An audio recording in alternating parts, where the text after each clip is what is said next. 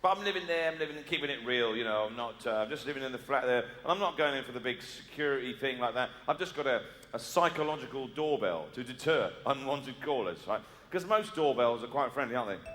That's quite friendly, isn't it? And this one's quite friendly. Although not if you've got an abduction complex.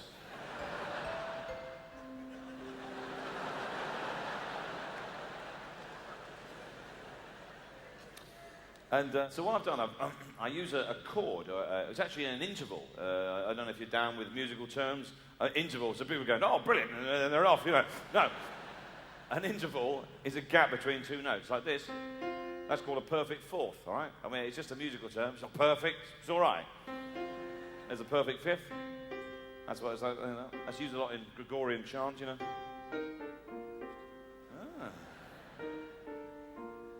Quite mysterious. Wouldn't work with soap opera themes. Wouldn't work with Coronation Street.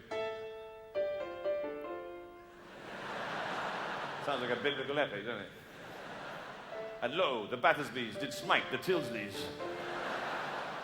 Spooked them. Oh, yeah. No. So the chord that I've gone for is actually an interval that was banned in 1545 at the Council of Trent, which was a religious conference. And they deemed that music had become too earthbound, too sexual, and it had to become more reverential and in praise of God. And one chord in particular was banned. This was called the Devil's Interval. It's the augmented fourth or the diminished fifth, depending on your outlook on life. If you're optimistic, yeah. This is it. I am inflamed with sexual lust. And that is highly effective as a doorbell, see?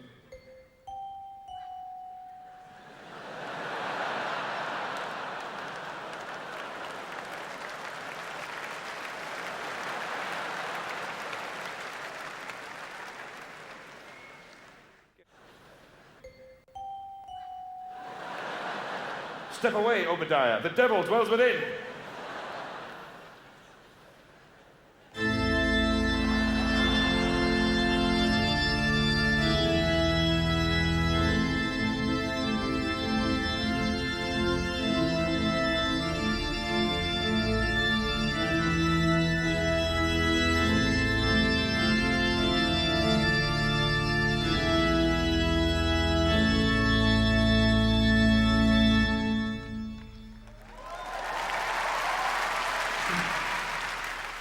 That's actually the Pope's doorbell.